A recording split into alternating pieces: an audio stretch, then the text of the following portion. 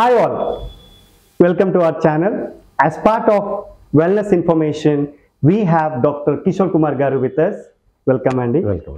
So last video lo manaki Kishore Kumar Garu student saver gurinchi chepta annaru. అదేంటో ఇప్పుడు తెలుసుకుందాం. Sir, student saver గురించి మాకు కొంచెం ఇన్ఫర్మేషన్ తెలియజేయండి. తప్పకుండా. ఈ స్టూడెంట్ సేవర్ లాస్ట్ మనం ఎపిసోడ్లో ఏం మాట్లాడుకున్నామంటే ప్రతి ఒక్క స్టూడెంట్ ఉదయం మీద పెట్టుబడి పెట్టాలి అని చెప్పాను.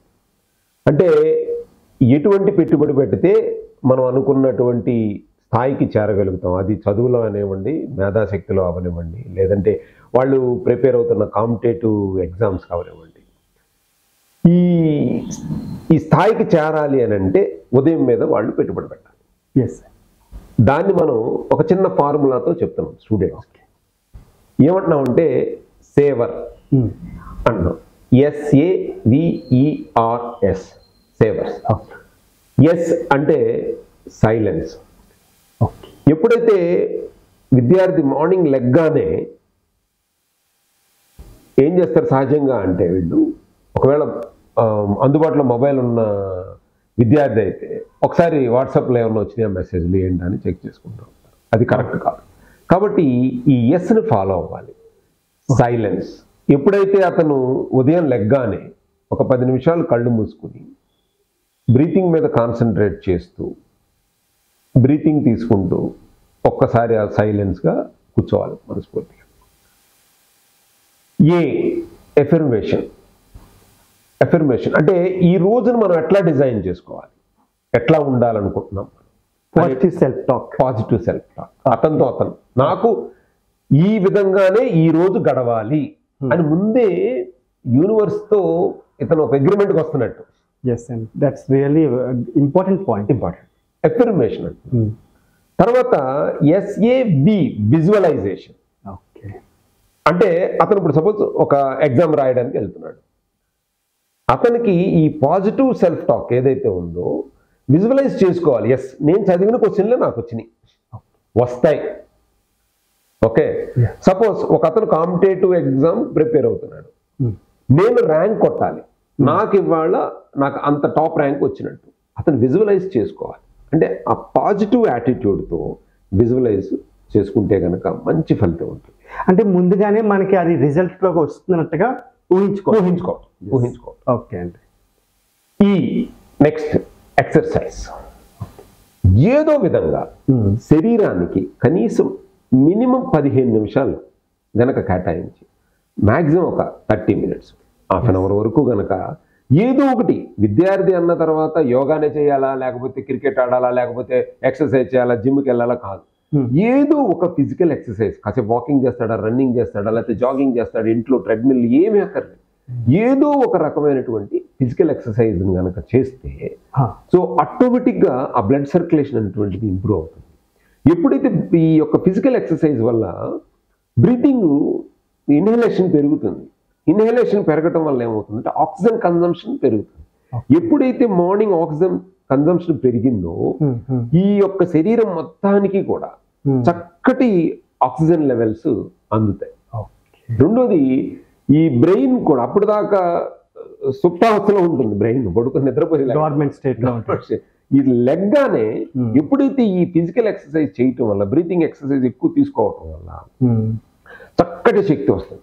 అంటే మీరు లాస్ట్ వీడియోలో చెప్పినట్టు మొబైల్కి ఎట్లాగైతే ఛార్జింగ్ పెడుతున్నారో అట్లాగే మీ మార్నింగ్కి మీరు ఛార్జింగ్ కనుక, మీ బ్రెయిన్కి కనుక ఆక్సిజన్తో ఛార్జింగ్ పెట్టినట్టయితే డే అంతా చాలా బాగుంటుంది. ఓకే, సో ఇది ఇప్పుడు చాలా మందికి ఏంటంటే మార్నింగ్ లెగ్గానే ఎగ్జామ్స్ టెన్షన్తో వెంటనే చదివేస్తారు. కానీ అక్కడ కూడా కొంచెం ఫిజికల్ యాక్టివిటీ మనం చేయటం వల్ల ఆక్సిజన్ సప్లై బాగా అయ్యి మనం రీఫ్రెష్ అవుతాం. రెండోది కాన్సన్ట్రేషన్. సో మీకు first silence means is nothing but concentration. మీ కళ్ళు మూసుకుని సైలెన్స్గా ఉన్నాము అని అంటే కాన్సన్ట్రేషన్ మనం ఇంప్రూవ్ చేసుకుంటున్నట్టు లెక్క. ఎఫర్మేట్ చేసుకుంటున్నాము అంటే ఎఫర్మేషన్స్లో మీకు ఏదైతే నాకు ఎలా జరగాలని అనుకుంటున్నామో you are in line with the universe. So law of attraction అంట. ఎస్ అండి. You are asking about your thoughts. నాకు ఇది కావాలి, నేను ఇలా చేయాలనుకుంటున్నాను, దాన్ని విజువలైజ్ చేసుకోండి. ఈ 3 ప్రక్రియలు అయిన తర్వాత ఎక్సర్సైజ్కి రావాలి, ఫిజికల్ ఎక్సర్సైజ్కి రావాలి, తర్వాతే రీడింగ్. ఓకే.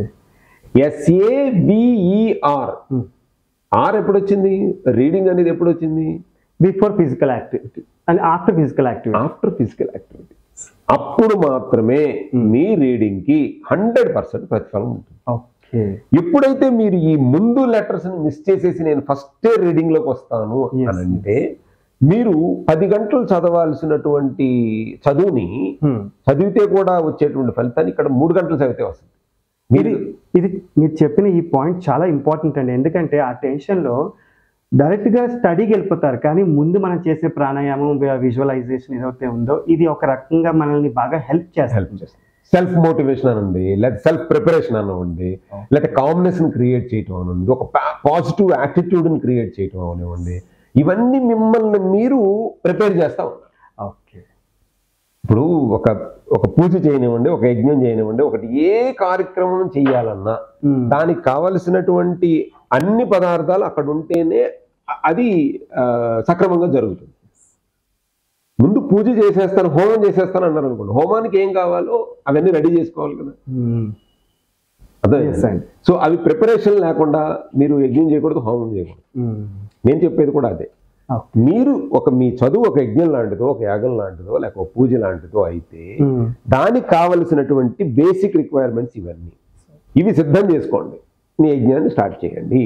అప్పుడే మీకు మంచి ప్రతిఫలం ఉంటుందని చెప్తున్నాను. Powerful ingredients. అంతే, these are all powerful ingredients. తర్వాత ఎస్ అని చెప్తున్నాం. SAVERS. ఎస్ అంటే స్క్రిబ్లింగ్. ఓకే. సో మీరు చదువుకునేటప్పుడు ఏదైతే మీ రాస్తూ ఉందో, అంటే ఇంపార్టెంట్ పాయింట్స్ అవ్వండి, ఏదన్నా చదవటం అలాగే చదవటం కాదు, స్క్రిబుల్ చేస్తూ ఉండాలి. అప్పుడు ఒక్కసారి రాసింది 10 సార్లు చదివిన దాంతో సమానం ఉంటుంది. This is very triggering point అండి. అంటే మీరు ఎందుకు నేను స్టూడెంట్కి ఈ సేవర్స్ ఈజ్ అచీవ్మెంట్ చెప్తున్నానంటే, అచీవ్మెంట్ సేవర్స్ అనండి, స్టూడెంట్ సేవర్స్ అని ఎందుకు చెప్తున్నానంటే, ఈ పారామీటర్స్ తోనే మీ యొక్క సక్సెస్ ముడిపడి ఉంటుంది. లక్కీ లేదు, డ్రా లేదు, ఏమీ లేదు. ఇంకా ఇవి ఫాలో అవుతే మీకు 100% సక్సెస్ రావాల్సిందే. నేనేమి చేయలేనివి చెప్పట్లేదు స్టూడెంట్కి. ఇది 25 నిమిషాల నుంచి 30 నిమిషాల వ్యవధిలో చేయాల్సిన ప్రక్రియ. ఆ చేయటం వల్ల మీకు మెంటల్ హెల్త్, ఫిజికల్ హెల్త్తో పాటు మీరు అనుకున్నది సాధించడానికి మీ శరీరాన్ని మీరు సిద్ధం చేస్తున్నట్టు లెక్క. సో ఇది కూడా చేయకుండా, మీ శరీరాన్ని ఇది కూడా ఫిజికల్ యాక్టివిటీస్ లేదా మెంటల్ యాక్టివిటీస్ ఇది ప్రిపేర్ చేయకుండా నేను చదువుతాను అని అంటే మీకు సక్సెస్ 10 కిలోమీటర్ల దూరం ఉన్నట్టు లెక్క. లేదు, ఎగ్జామ్ టైం వచ్చేసింది, బాగా చదువుకుంటున్నాం, ఏదో హెల్త్ ప్రాబ్లం వచ్చింది, ఎట్లా? Yes. So that's how many students are trying back step. So కాబట్టి మీరు ఫిజికల్ ఎక్సర్సైజ్ ఎప్పుడైతే చేస్తున్నారో ఆటోమేటిక్గా అనారోగ్య పరిస్థితికి దూరంగా ఉంటుంది. అట్లాగే మీరు మనం ఈ తక్కువ సమయం ఉంది కాబట్టి మనం ఎపిసోడ్లో ఇంకొక టాపిక్ గురించి చెప్తాం. అంటే వాళ్ళు ఎలా మైండ్ ఫిక్స్ చేసుకోవాలి అనే దాని మీద మళ్ళీ ఒక ఎపిసోడ్లో మీ స్టూడెంట్స్కి చక్కగా చెప్తాను. Thank you so much, Andy. It is so informative and very useful. And I'm sure viewers, this will be of great help to you. So people who are preparing for academics, please follow these guidelines and experience the results for yourself. Stay tuned for much more videos to come. All the best. Thank you. Thank you, Andy.